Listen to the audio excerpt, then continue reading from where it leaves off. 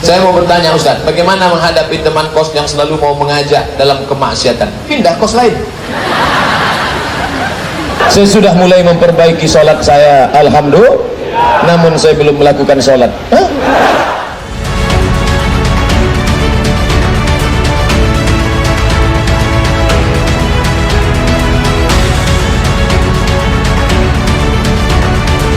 Bagaimana menurut Ustaz tentang dosen yang suka buat janji dan mahasiswanya tapi tak ditepati? Nampaknya menyindir saya selalu juga tak tepat, tapi saya janjikan dulu sebelumnya, sehari sebelumnya, Haji mahasiswa nanti kita akan ganti yang lain. Maklumlah dosen-dosen juga kadang sibuk, dia mesti seminar ke Jepang, pergi ke Belanda, pergi ke Manchester United, pergi ke Juventus, Liverpool, banyak jadwal-jadwal. Maka itu masalah komunikasinya saja. Saya insya Allah jangan biarkan dia duduk, kan kasihan. Oleh sebab itu kita kasih tahu, saya tak bisa datang besok, kita akan ganti pertemuan. Pak Ustadz, bid'ah itu seperti apa? Yang tidak ada dalilnya sama sekali bid'ah. Selama ada dalilnya tak boleh dikatakan bid'ah. Meletakkan turbah Karbala, tanah dari Karbala Irak diletakkan di tempat sujud untuk sujudnya orang Syiah, Allahu Akbar, itu bid'ah mungkarah batilah. Tak ada dalilnya sama sekali. Selama masih ada dalilnya, tak boleh menuduh orang bid'ah. Kata siapa itu? Ustadz Salafi dari Malang, namanya Ustadz Abdullah Hadrami. Jangan kau sembarang menuduh orang bid'ah, karena ketika ternyata perbuatan itu tidak bid'ah, ikhtilaf ulama mengatakan itu bid'ah, maka kau sudah mengatakan saudaramu, hei pelaku bid'ah, hei penghuni neraka jahanam. Bid'ah dalalah neraka. Hati-hati, selama ada dalilnya tak boleh dikatakan kawan kita, sahabat kita, sama seiman pelaku bid'ah. Bolehkah berwuduk dalam keadaan telanjang? Afdal adab kepada Allah dan malaikat dengan menutup aurat. Pakailah handuk menutup aurat. Ustaz, apa benar peringatan maulid itu bid'ah? Video saya berserak-serak di internet tentang itu. Ente kemana aja selama ini? Buat situ, somat maulid, enter, lengkap selengkap-lengkapnya dalil-dalil, pakai PowerPoint. Tidak bid'ah. Nanti pas mau buat maulid, buat setiap fakultas maulid. Isi maulid itu apa? 5. Pertama, pembukaan protokol. Kedua, sambutan.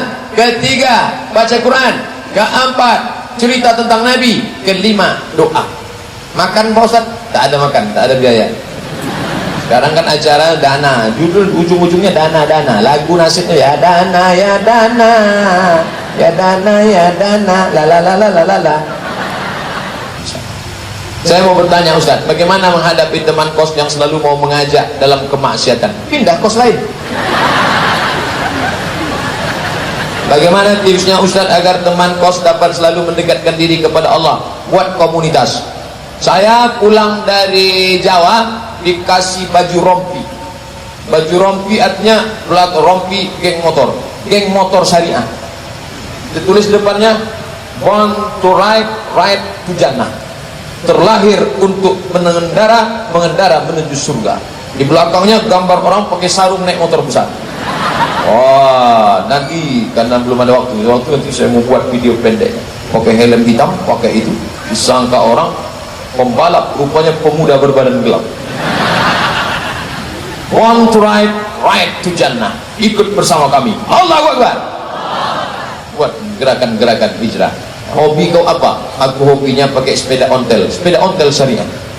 Kayunya agak pelan. Salatullah, salamullah. Tapi kalau yang geng motor tadi, lagu-lagu yang motor, Hai bar ya Yahud, Jaisu Muhammad saufa Yahud. Pegadaian apa termasuk riba Pak Ustaz? Kullu qardin jarra naf'an fahuwa riba. Setiap pinjaman kalau mengambil keuntungan riba. Pak, aku tak punya duit, pinjam duit Bapak 10 juta. Oke Ustaz Somad, ini duit 10 juta, tapi Ustaz sawit Ustaz yang 2 hektar selama Ustaz belum bayar sini. Selama belum saya bayar, hasil sawit saya diambilnya. Riba.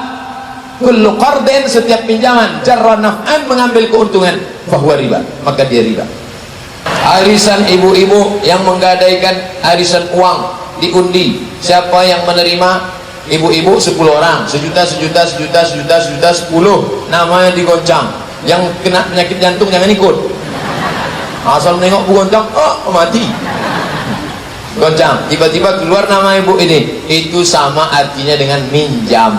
Kalau begitu modelnya boleh, jelas orangnya. Yang tak boleh itu datang ibu-ibu ke rumah kita, oh ya mau ikut arisan ya, berapa dapat? 10 juta, tapi bayarnya 10 juta, ibu cuma dapat 9. Mana anggotanya? Nggak ada. Itu bukan arisan, itu BII, Bank Inang-Inang.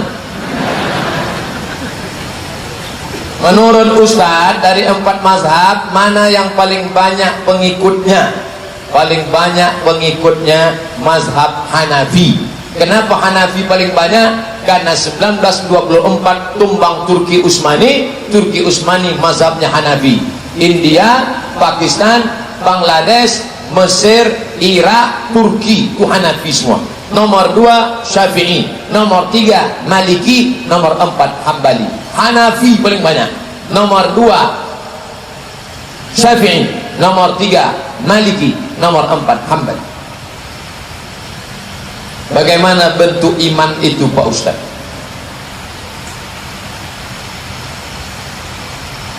Kama sali habbah, seperti satu biji, ambatat sab'a sanabil, tumbuh 7 cabang, wa fi kulli sumbulatin mi'atu habbah, dalam satu cabang ada 100. Itu gambaran, permisalan, perumpamaan. Kalau saya sedekah balasannya berapa? Banyak. Kalau saya infak balasannya berapa? Banyak. Banyaknya berapa?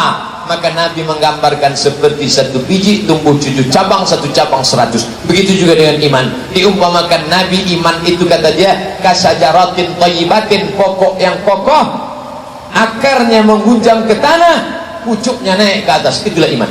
Ini pokok yang kokoh, kalau datang angin puting beliung dia tak akan tercabut, paling-paling patah di tengah, tapi akarnya tak tercabut. Maka kalian harus tanamkan imam, mengakar ke bawah, berpucuk ke atas. Sekarang ada orang imannya ke bawah tak berakar, ke atas tak berpucuk. Apa itu? Enceng gondok. Pucuknya sudah mati duluan. Kenapa? Dimakan oleh ulat. Apalagi ulat memang suka makan pucuk. Pucuk. Bagaimana jika ada hutang-hutang puasa karena haid yang belum dibayar selama bertahun-tahun? Memberi makan anak yatim atau berpuasa? Mesti diqadha. Qadha itu diganti. Bukan qadha suci. Qadha.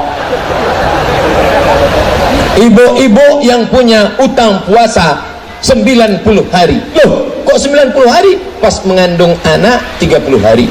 Menyusukan tahun pertama 30 hari, menyusukan tahun kedua 30 hari. Mau mengganti, lahir pula adiknya.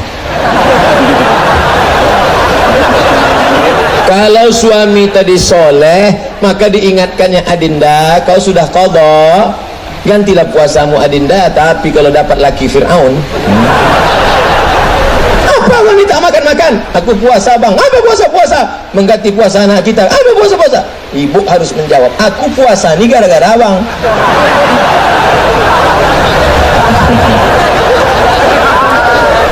Maka mesti diganti. Cara menggantinya gimana Pak Ustadz? 1 bulan puasa 8 hari, 10 bulan berarti sudah lunas 80 hari. Senin, Kamis, Senin, Kamis, Senin, Kamis, Senin, Kamis. Sebulan 8 hari. Niatnya niat qadha. Yang niat qadha hari Senin dapat pahala puasa, qadhanya lunas, Seninnya dapat. Itulah indahnya. Oh, tak enak jadi perempuan nih Pak Ustadz ya. Indah jadi perempuan. Tapak kaki di bawah sorga, di bawah tapak kaki ibu. Belum pernah saya baca sorga di bawah tapak kaki Ustadz, belum ada. Saya sudah mulai memperbaiki sholat saya, alhamdulillah.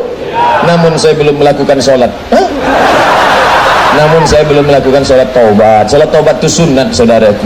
Apakah Bapak bersedia mengimami kami sholat taubat? Oh, bahaya nih.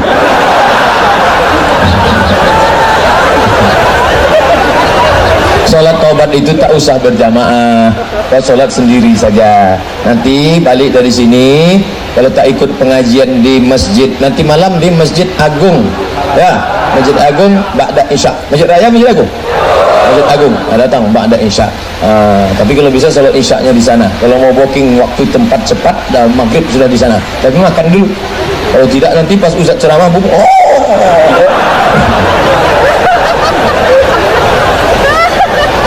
Saya perwakilan dari salah satu tenaga kesehatan. Oh, dokter nih. Kesehatan ketulisan dokter. Bagaimana hukumnya jika kami berbohong dalam menegakkan diagnosa penyakit agar BPJS pasien bisa dipakai? Karena kalau di IGD rumah sakit hanya kasus emergensi yang bisa ditangani menggunakan atau ada pengantar dari puskesmas. Karena ada dalam peraturan Permenkes. Saya tak berani menghalalkan bohong. Karena dalam hadis dikatakan ketika Nabi masukkan tangannya ke dalam orang yang berniaga, ya sahibat ta'am, hai pedagang, kenapa ini basah? Kena air hujannya Rasulullah. Kenapa kau buat yang basah di dalam, yang kering di luar? Man ghasyana falaysa minna. Siapa yang menipu kami, maka bukan golongan kami. Tanya ke ustaz lain, mana tahu dia ada dalil lain. Kalau saya, itulah dalilnya. Pertanyaan, bagaimana hubungan orang tua dengan anak, suami dengan istri, saudara dengan saudara, yaitu yaumil akhir nanti? Lauma la yanfa'u malun wala banun. Hari itu anak tak bisa menolong, harta tak bisa menolong. Lalu yang bisa menolong siapa? Waladun solihun, anak yang soleh. Harta yang mana? Shadaqatun jariyah. Saudara yang mana? Alladzina amanu wa amilus solihat. Yauma yafirrul mar'u min akhi, saudara kandung lari, wa ummihi, mak kandung lari, wa abi, ayah kandung lari, wa sahibatihi, istri dari suami, suami lari dari istri. Suami sudah lari dari istri, istri lari dari suami. Wabani, anak-anak pun lari. Maka jagalah yang baik-baik. Apa boleh menikah dengan wali hakim sedangkan wali kita masih hidup? Tak bisa. La nikaha, tidak sah nikah illa biwaliyin, kecuali dengan wali. Wa syahidai adlan, dan saksi yang adil. Wali pertama ayah, tak ada ayah atuk. Atuk. Tak ada atuk, abang. Tak ada abang, adik. Tak ada adik, pakcik. Abang ayah. Tak ada abang ayah, adik ayah. Tak ada juga lagi terus perwalian. Saudara dari ayah kita, adik beradik, anaknya, itu bisa sepupu, sewali kalau bahasa kampung Melayu kami. Sewali. Tak juga ada sebatang kara, habis semuanya ditelan harimau. Maka walinya wali hakim. Hadisnya fasultan waliyun man la waliyalaha. Wali hakim menjadi wali bagi perempuan yang tak ada walinya. Ada orang yang tak ada wali, ada, dicampakkan dalam kardus, letakkan tepi jalan. Namanya siapa? Binti kardus. Ustaz, bagaimana hukum memakai tas dompet yang terbuat dari kulit ular? Macam tak ada aja cerita lain.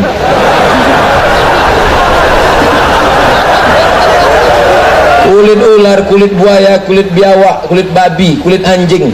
Beda antara yang keras najisnya, anjing babi tak bisa sama sekali. Sedangkan kulit sapi, kulit itik tak bisa. Kulit sapi, kulit kambing itu memang bisa disama. Adapun kulit binatang semacam ular, buaya, itu ikhtilaf antar ulama. Ada sebagian mengatakan membolehkan kalau disama, tapi saya lebih condong untuk mengatakan tidak, untuk ihtiyat, lebih hati-hati. Maka lebih banyak lagi. Berapa harga tas kulit buaya? Oh, mahal. Bisa 10 juta, sementara tas yang biasa 2 juta. Pakai yang 2 juta, yang 8 juta sedekahkan ke fakir miskin. Betul?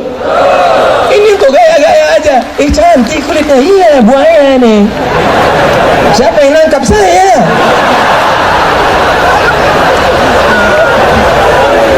Bagaimana hukumnya jika seorang anak dititipkan kepada neneknya dengan alasan ibunya yang bekerja? Apakah dosa hukumnya Pak Ustadz? Berapa banyak ibu yang awalnya bantu-bantu, lama-lama jadi pembantu. Dulu emakmu tak bisa sholat duha gara-gara menjaga engkau. Dulu dia tak tahajud gara-gara kau menangis. Sekarang dia tak pengajian gara-gara anak engkau. Nenek tak pernah mengusir cucunya. Ma, aku titip anakku ya. Iya, tapi hatinya hancur. Saya tak pernah menyuruh emak saya menjaga anak saya. Saya katakan, emak mau makan apa, mau pakai baju apa, mau pakai sajadah apa, mau duit berapa, aku akan bahagiakan engkau. Jangan sampai setelah orang tua kita mati, meninggal, baru menyesal, menangis, mencakar dinding. Saya kalau sudah nengok orang menangis penyesalan panjang, pasti karena menyesal. Kalau kau sudah cukup turun, mati dia, kau tak akan menangis, air mata jatuh ke dalam. Ustadz, saya punya pertanyaan Ustadz, bagaimana caranya agar kita ikhlas dan kuat ketika kita ditinggalkan oleh kedua orang tua kita menghadap Sang Ilahi? Ketika meninggal Nabi Muhammad sallallahu alaihi wasallam, respon sahabat macam-macam. Umar mencabut pedang. Man qala inna Muhammadan qad mata fa adrib unuqahu. Siapa yang mengatakan Muhammad sudah mati, ku pancung kepalanya. Siapa yang berani mengatakan Muhammad mati, ku pancung kepalanya. Akhirnya datang Abu Bakar Siddiq membacakan ayat, wa ma Muhammadun illa rasul. Muhammad bukan Tuhan, dia hanya seorang rasul. Qad khalat min qablihi rusul. Sebelumnya sudah ada rasul-rasul tapi meninggal dunia. Afa immata, kalau dia meninggal, au qutila, atau dibunuh orang, inqalabtum ala aqabikum, apakah kamu akan berbalik kepada agama kamu yang lama? Wa may yanqalib ala aqibaihi, siapa yang murtad meninggalkan agama ini, falan yadurrallaha syai'a, Allah tidak rugi walau sedikit pun. Wa sayajzillahu syakirin, Allah tetap akan memberikan balasan pada orang yang bersyukur. Jatuh pedang Umar bin Khattab. Orang setingkat Umar saja pun tetap bisa lupa ayat. Hari ini Abdul Somad yang menasihati, sabar ya, sabar ya. Tapi ketika musibah itu datang, as-sabru inda sadmatil ula, sabar itu datang pada pukulan yang pertama. Maka balikkan pada Allah. Ini ujian. Sabar. Ayah kita meninggal, ibu kita meninggal. Sabar. Memang berat. Terasa lembut lunak tanah itu dipijak. Terasa gempa bumi. Tapi datang kawan-kawan menyabarkan. Alladzina idza asabathum musibah qalu inna lillahi wa inna ilaihi raji'un. Ini bukan punya kita. Ini punya Allah. Allah ambil, dia lebih sayang. Allah hanya ingin melihat kau sabar. Nabi Muhammad anak yatim, Imam Syafi'i anak yatim, ulama-ulama kita anak yatim. Jangan sedih menjadi yatim, karena Allah ingin memuliakanmu. Kamu sama dengan Nabi Muhammad sallallahu alaihi wasallam. Fa ammal yatima fala taqhar, jangan kau hardi. Nah, jadi sabar. Makanya banyak kita lihat suami-suami yang ketika istrinya meninggal sabar dia. Tak ada dia menangis. Setetes pun air matanya tak ada menangis. Bapak enggak sedih, Pak? Itu pinjaman dari Allah, Pak Ustaz. Sampai akhirnya Allah mengambil. Apa yang mesti saya sedihkan? Ustaz nih kalau cerita selalu enggak enak aja. Oke, kita balik. Sekarang kita balik suami yang meninggal. Ibu tuh enggak nangis. Banyak orang heran. Ibu enggak nangis. Enggak, Pak Ustaz. Kenapa? Udah lama aku tunggu.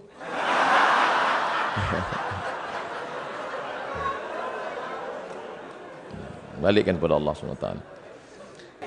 Bagaimana caranya supaya doa cepat terkabul, dan bagaimana supaya jodoh yang kita impikan cepat datang?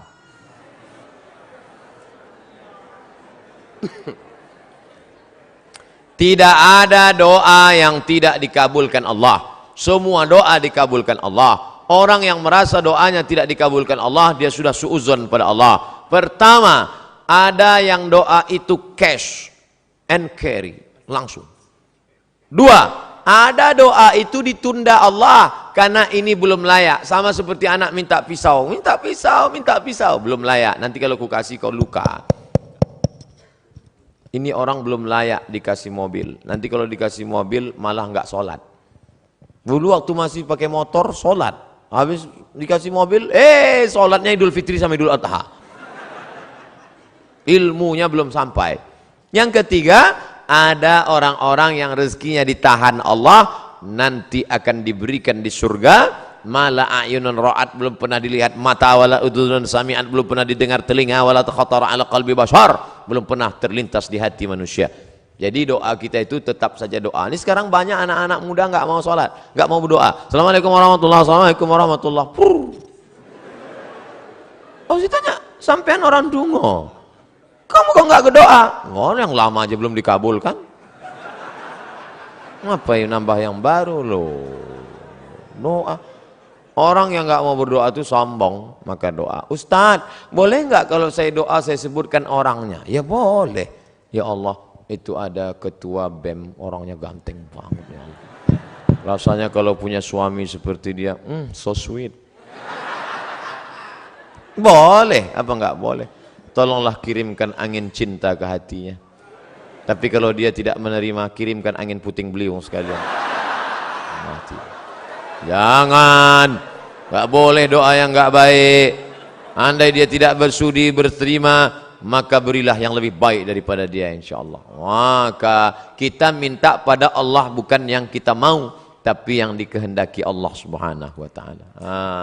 Makanya bapak-bapak kadang kalau dia nikah, istrinya biasa-biasa aja. Pas ditanya sama orang, Pak, istri si bapak? Iya. Bapak ganteng kok bisa yang gitu? Itu yang paling indah menurut Allah. Itu artinya gagal dengan yang ayat itu. Aku tidak melihat engkau, yang kulihat adalah orang yang sudah mengirimkan engkau. Datang utusan presiden. Kita tidak lihat dia, yang kita lihat yang mengutusnya. Ada 3 orang diberi pena. Yang satu dikasih pena, yang satu dikasih pena, 3 orang, tapi responnya beda. Yang satu berkata, cuman dikasih pena sama Pak Gubernur, ya jadilah daripada nggak ada pena. Yang satu marah-marah, masa cuman ngasih pena, kasih kayak Harley Davidson. Yang satu lagi, aku tidak melihat bendanya, tapi yang kulihat adalah siapa yang memberikannya. Sehingga setiap aku menulis, orang akan bertanya, apa yang kau tulis? Tulisannya biasa, tapi pena ini pemberian sang raja. Nah, nanti begitu kau mendapat, walaupun dia biasa aja, itu siapa? Dia yang sudah dikirimkan Allah Subhanahu wa ta'ala. Begitu. Nah, nanti bapak, ibu pulang besok kalau ada yang nanya, itu istrimu? Iya. Kok begitu bentuknya? Dia dikirimkan Allah SWT.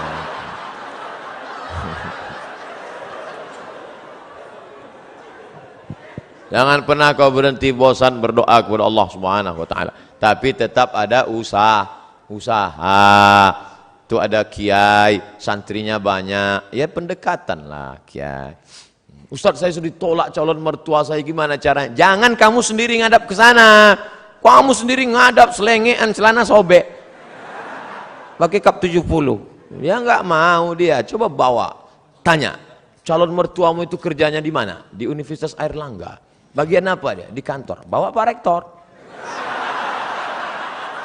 Mana itu? Pak. Ini mau minta, mohon Bapak Sudi agak.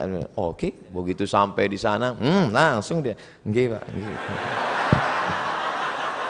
Apalagi sampai Pak Rektor, iki mahasiswa wapi tenan iki.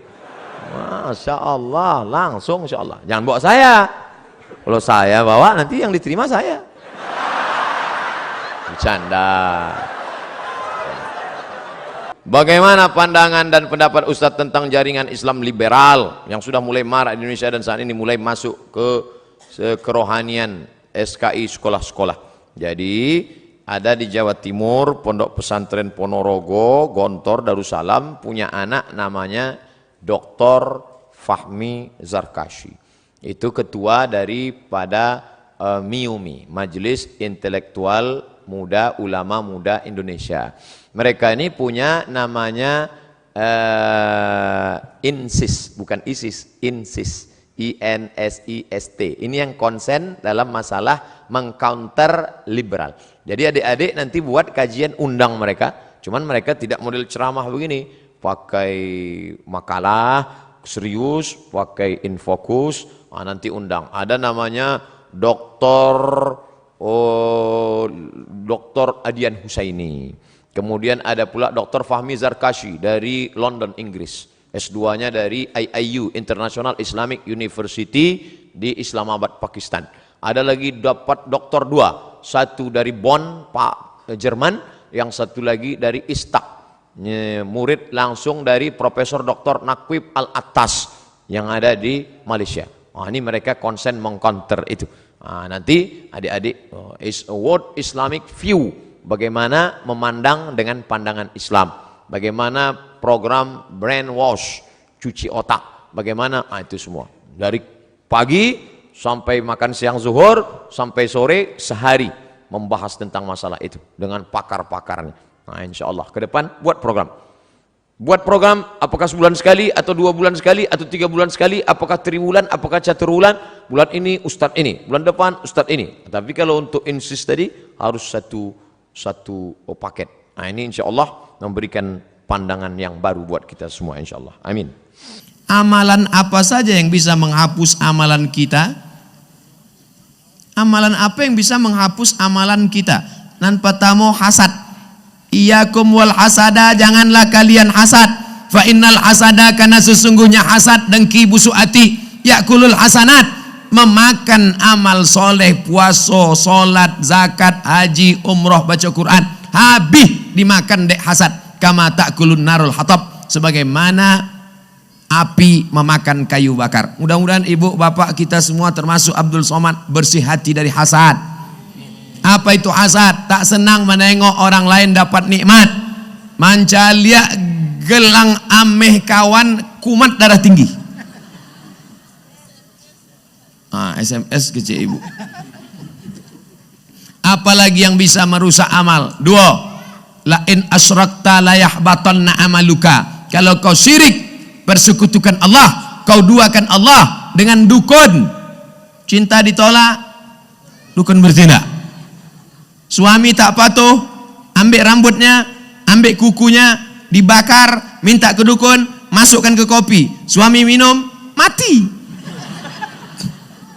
Syirik. Sudahlah syirik, jadi janda pula. Lain asrakta, kalau kau syirik, la yahbatanna amaluka, maka semua amalmu gugur. Jangan sampai syirik. Bagaimana cara mengembalikan amal tadi? Ya ayyuhalladzina amanu tubu ilallahi taubatan nasuha. Bisa balik amal baik awak, bisa. 3 syaratnya.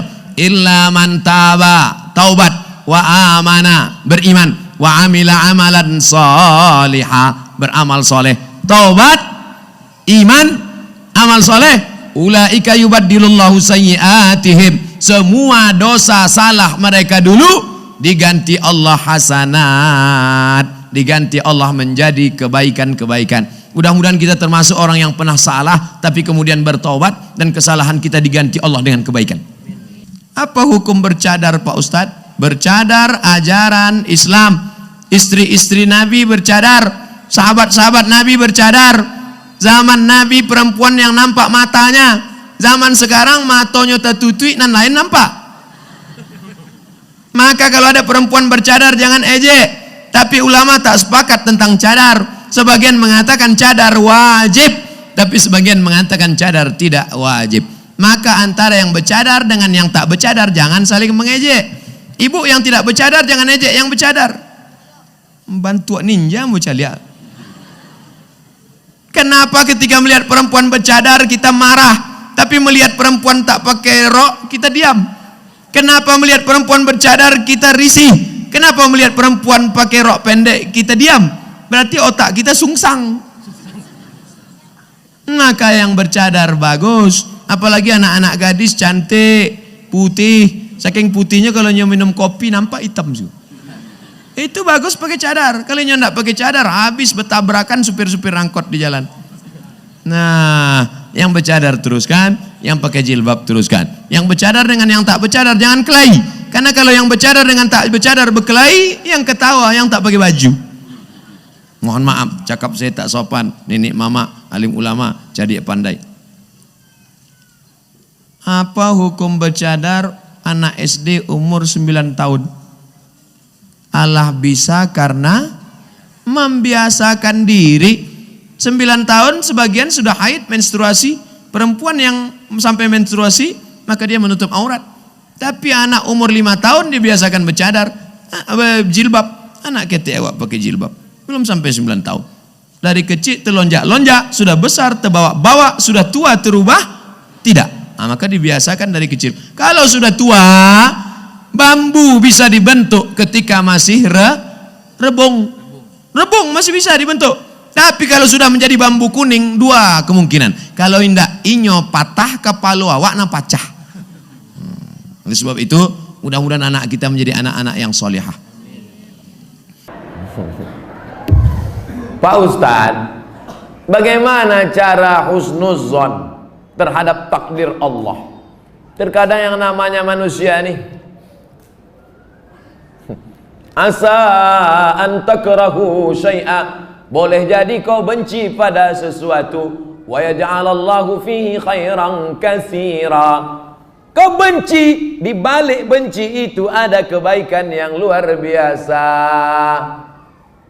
Ikut latihan paskibraka, sudah hampir mau, tiba-tiba batal, sakit hati. benci. Kenapa nasib begini? Rupanya skenario Allah indah. Dipanggil sama Pak Kapolres, diuruskan ke Jakarta. Terbang ke Jakarta. Takdir, rencana Allah jauh lebih indah daripada yang kita rencanakan. Tapi jangan gara-gara ini besok tidur jam 8 tarik selimut, kau tak pergi kerja. Rencana Allah jauh lebih indah. Usaha, doa, tawakal, niat baik, cakap baik, buat baik. Datang baik berarti dari Allah, datang tak baik sabar, Allah sedang menguji. Oleh sebab itu maka kita hanya berusaha, al-insanu mudabbir wallahu muqaddir. Allah yang menetapkan final akhirnya. Jangan pernah berhenti berusaha, jangan pernah suudzon pada Allah Subhanahu wa taala. Kalau sudah terjadi tak sesuai dengan keinginan, qaddarallah. Kalau sudah terjadi tak sesuai dengan kehendak, apa yang keluar dari mulut kita? Qaddarallah. Ucapkan qaddarallah, sudah takdir Allah, qaddarallah. Karena kalau berkalau-kalau, dibeli tanah 2 hektar, ditanam sawit, ditunggu pupuk, memupuk, membersihkan 2 tahun. Begitu panen, datang orang lain ngambil. Ini sawit saya, ini tanahnya, ini surat dari BPN. Apa tak gila gitu? Tiap malam, tiap pagi, kenapa nanam sawit? Kenapa nanam sawit? Kenapa nanam sawit? Kenapa nanam sawit? Qadarallah, sudah selesai. Game is over. La ta'jaz, jangan lemah. Karena sekali kau berkata kalau, akan disusul kalau. Itulah orang kena insomnia, tak tidur malam. Kudik-kudik. Pergi ke psikiater. Pak psikiater, ya aku sudah tak tidur berapa lama? Sudah 2 malam tak tidur. Kata psikiater, aku 2 bulan tak tidur dah. Parah pula aku dari kau lagi.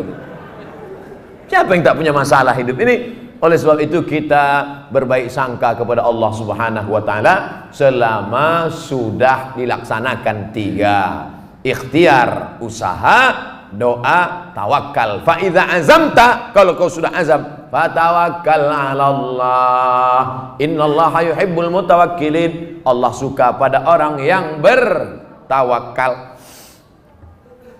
Semua buah-buahan yang ada di Medan, di Brastagi, di Rantau Prapat, semua buah-buahan yang ada di dunia ini, itu sudah tertulis di buah itu Abdul Somad. Semua ikan-ikan yang ada di Belawan, yang ada di Medan, yang ada di Pancur Batu, sudah tertulis di ikan itu Abdul Somad. Tidak akan mungkin ikan itu dimakan orang lain. Ikan mahal, ikan hebat, sudah tertulis itu, tak akan mungkin makan. Abdul Somad tak sanggup membeli ikan itu karena sekilonya sampai 200.000. Mana kita sanggup? Seonnya 200.000, ikan mahal itu kalau dimakan tamu menetes air mata kita, saking mahal. Tapi karena sudah tertulis punya Abdul Somad, kalau rezeki takkan kemana, dituliskan Allah SWT. Siapa membelikan itu? Bini gubernur belanja pagi-pagi. Orang kaya belanja kan nunjuknya pakai kelingkingannya berapa. Nah, dimasak, selesai dimasak, tentu makan pakai meja yang bisa berputar tuh. Kalau berkumpul lah di situ, Kapolda, Danrem, gubernur, siapa yang ustadz, siapa yang makan duluan? Ustadz lah. Mana mungkin orang itu makan duluan? Masih ada, silakan Ustaz. Saya doa lah duluan situ. Udah ada nama situ, Abdul Somad. Tapi cerita ini jangan membuat kita pasif tak bekerja. Ya gara-gara ini besok bapak tak ada yang masuk kantor. Lu bangun nih, bang kerja. Udah tertulis nama aku di ikan itu.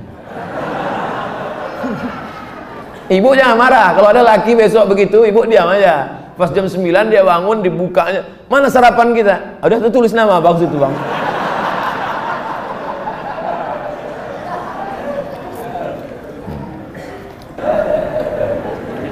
Bagaimana cara menyikapi suami yang meninggalkan istri dan berniat untuk tidak memberi nafkah?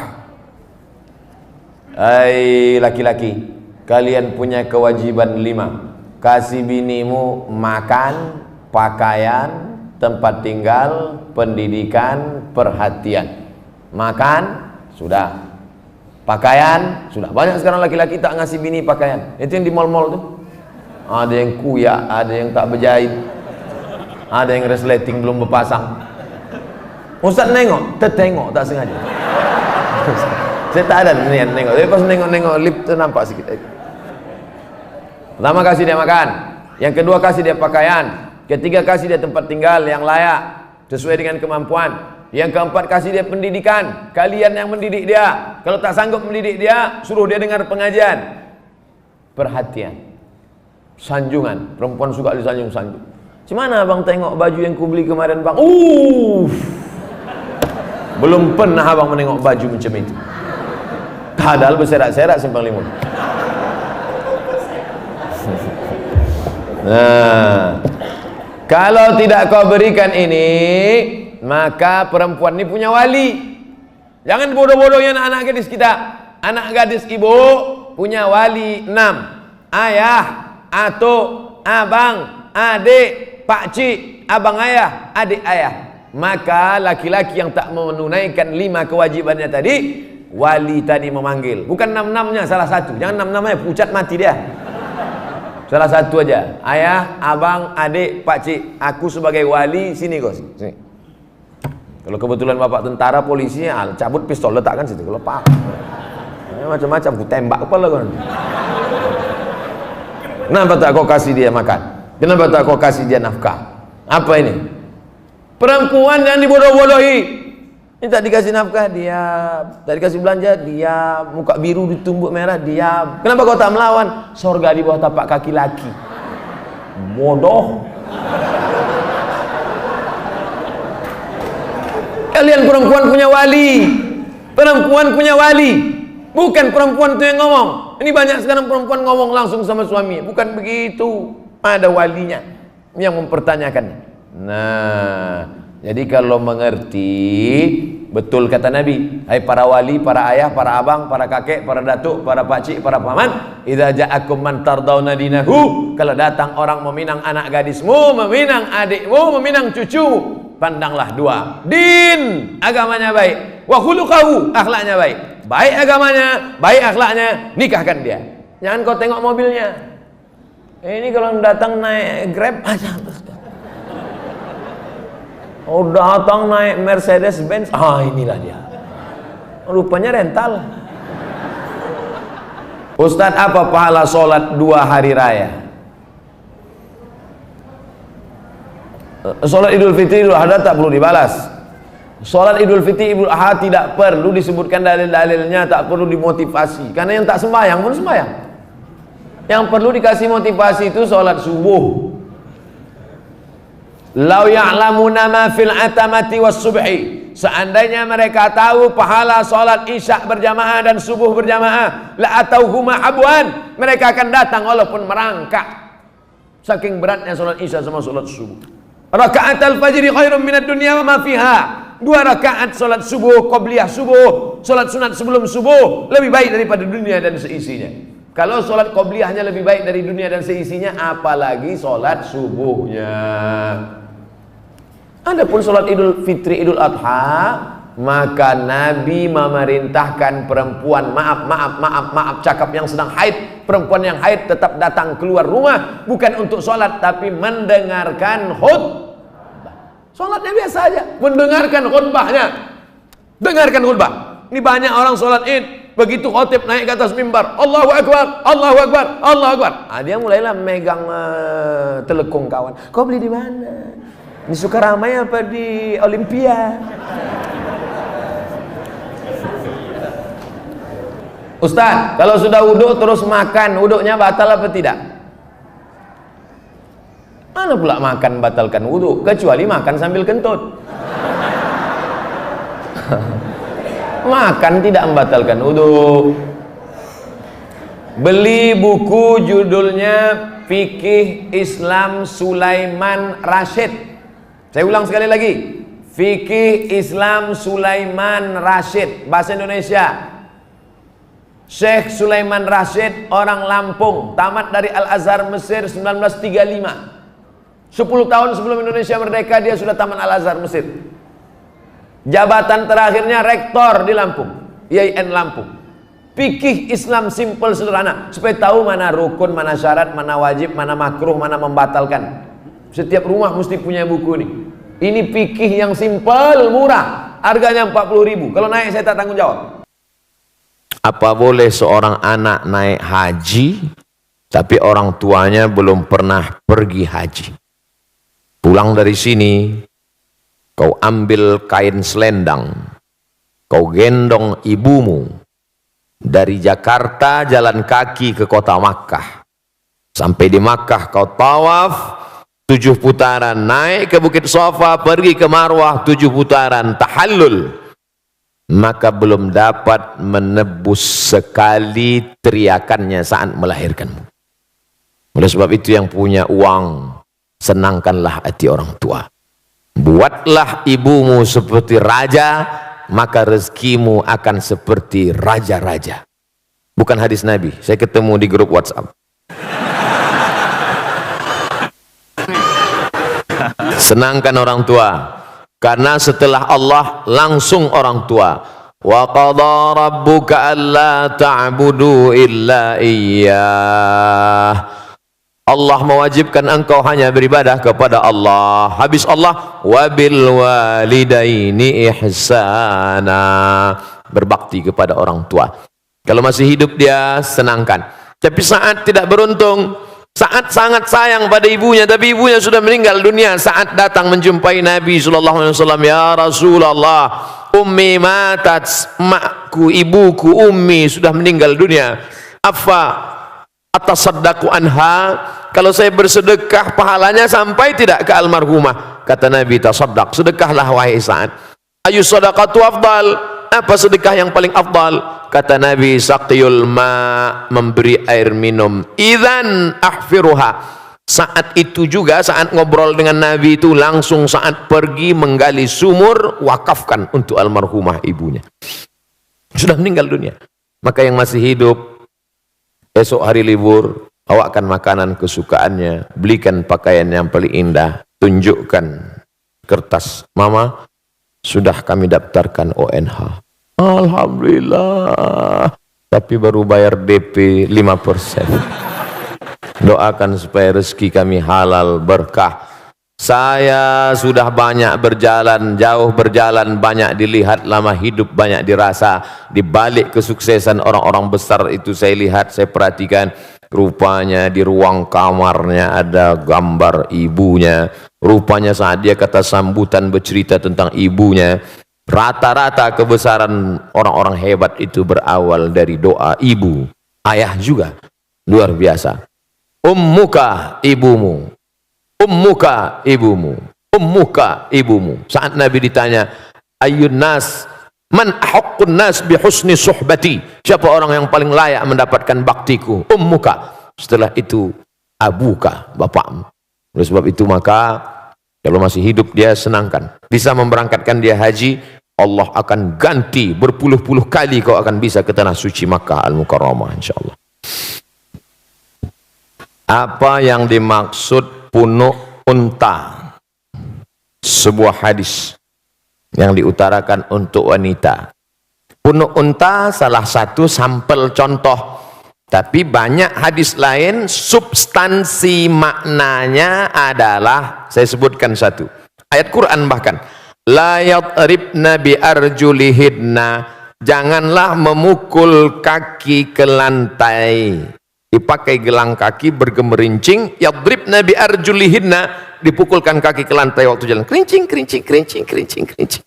Satu. Dua, la tabarrujna tabarrujal jahiliyatil ula, jangan bersolek-solek jahiliyah.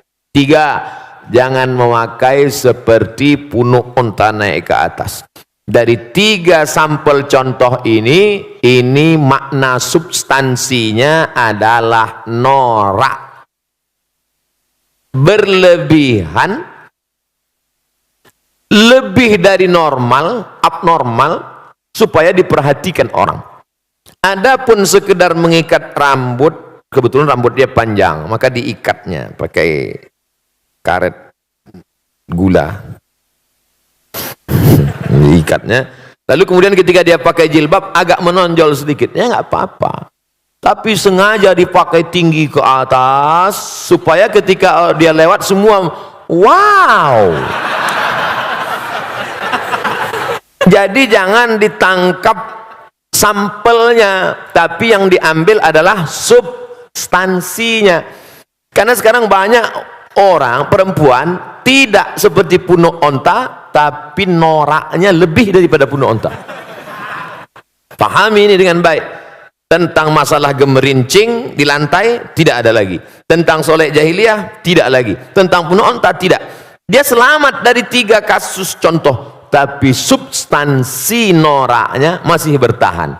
Maka hukumnya dia tetap kena. Intinya wajar-wajar saja. Kau diperhatikan orang bukan norakmu, tapi karena prestasimu. Kau diperhatikan orang bukan karena make upmu, tapi karena cahaya bekas wudukmu, karena tahajudmu memancar. Ini kan ingin mencari hati orang supaya suka. Padahal hati orang itu punya Allah.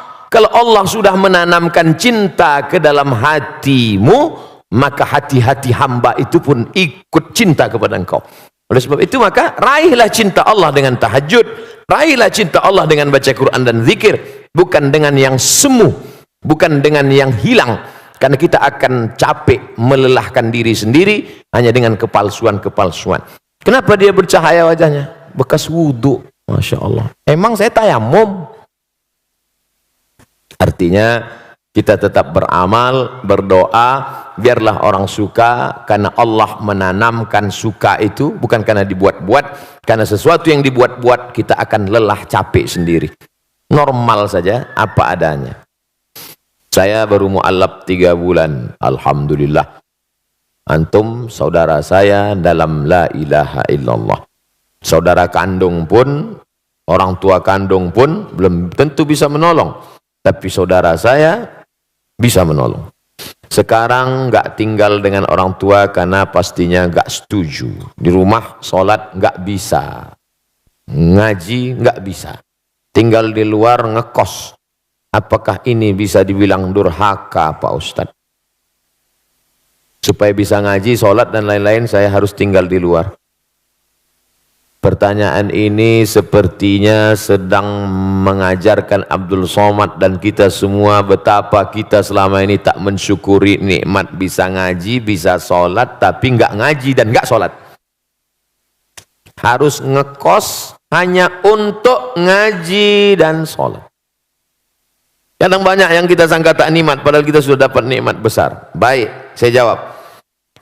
Wa in jahadaka ala an tusyrika bima laisa laka bihi ilmun. Kalau orang tuamu itu memaksamu untuk mempersekutukan aku, kata Allah, fala tuti'huma, jangan kau patuh pada mereka berdua. Ini dalil engkau boleh ngekos, saudaraku. Karena kalau kau tetap di situ, dia akan paksa. Maka kata Allah, fala tuti'huma, jangan kau patuh dengan dia. Tapi ayat itu belum potong, baca ujungnya. Wa sahibhuma fid dunya ma'rufa, tetaplah engkau berinteraksi, berbakti kepada mereka. Kontradiktif. Bagaimana mungkin saya sudah tinggalkan rumah tapi saya tetap silaturahim?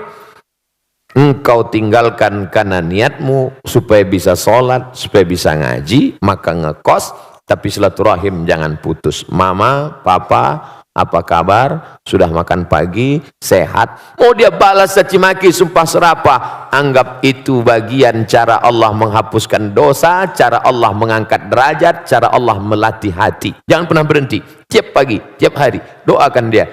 Tapi untuk mempertahankan supaya bisa sholat, supaya bisa ngaji. Mudah-mudahan Allah berikan hidayah sehingga sampai masanya nanti. Sulitkah bagi Allah? Tak ada yang sulit. Qalbul mu'min baina asabi'ir rahman, hati manusia ini di jari jemari Allah, di jari jemari kuasa kudrat iradat Allah SWT. Insya'a, kalau dia mau dia buat begini, kalau dia mau dia buat begini. Lalu kenapa tidak dia kasih saja hidayah semua, Pak Ustadz? Kalau semua dia kasih hidayah, lalu kita dapat apa? Ayyahdiyallahu bika rajulan wahidan. Satu orang dapat hidayah karena mulutmu, karena SMS-mu, karena share-mu, karena statusmu, khairum min humurin na'am. lebih baik daripada kau memiliki seekor onta yang merah. Pernah Bapak Ibu kawan-kawan lihat onta warna merah? Onta itu kuning, hitam yang jarang-jarang mandi. Kan ada onta merah. Onta merah, onta yang bulunya kemerahan seperti brown, seperti itu mahogani, adalah onta termahal yang unik. Maka orang yang tak dapat, dia dapat. Boleh jadi Ustadz Somad yang ceramah tak dapat itu, karena Ustadz Somad menceramahi orang yang sudah baik-baik semua, orang yang sudah ngaji. Setelah yang sudah hijrah, sudah ngaji, kumpul, barulah datang Abdul Somad, assalamualaikum warahmatullahi. Sementara ada yang dia bukan ustadz, tapi dengan merangkul, sering ngajak ngaji, akhirnya dapat hidayah. Maka jangan pernah berhenti, tetap ngekos, tetap sampai Allah bukakan pintu hati hidayahnya, insyaallah. Amin ya rabbal alamin. Ini masih ada satu lagi. Masih ada Ustaz. Tapi menyambung yang dijelaskan Ustaz barusan, ada pertanyaan dari Oki Agustina, bagaimana apakah mendoakan ibu yang sudah meninggal tapi beda agama dibolehkan atau tidak? Nanti doanya katanya nggak sampai. Maka nastighfaru Ibrahim li abihi illa am mau'idatin wa'adaha iyyah. Nabi Ibrahim memohonkan ampun doa untuk bapaknya Azar yang beda agama itu hanya sekedar janji saja, karena dia dulu pernah berjanji. Waktu Ibrahim mengajak Azar, nama bapaknya Azar, hai ayahku Azar, sembahlah Allah. Apa kata Azar? La illam tantahi, kalau kau tidak berhenti menceramahi aku, la arjumannaka, akan ku lempar kau pakai batu, wahjurni maliya, tinggalkan aku. Apa kata Ibrahim menjawab? Sa'astaghfirulaka rabbi, aku akan mintakan ampun engkau kepada Allah. Dia sudah janji, dan janji adalah hutang. Falamma tabayyana lahu annahu aduwwul lillah, setelah jelas bagi Ibrahim bahwa bapaknya itu musuh Allah, tak beriman kepada Allah, tabarra'a minhu, dia melepaskan diri, artinya tak dia doakan. Kalau masih hidup boleh didoakan, dalilnya Nabi mendoakan Allahumma hdi qaumi fa innahum la ya'lamun, berikan mereka hidayah karena mereka tak tahu. Tapi kalau sudah meninggal dunia, doanya, kuserahkan hambamu ini kepada engkau ya Allah. Allah maha kuasa untuk berbuat sesuka hatinya. Innama amruhu iza arada syai'an ayakula lahu kun fayakun. Tapi kalau dia masih hidup, jangan pernah berhenti berdoa pakai bahasa Indonesia. Ya Allah, berikan hidayah, bukakan pintu hati supaya mati dalam keadaan la ilaha illallah Muhammadur Rasulullah sallallahu alaihi wasallam.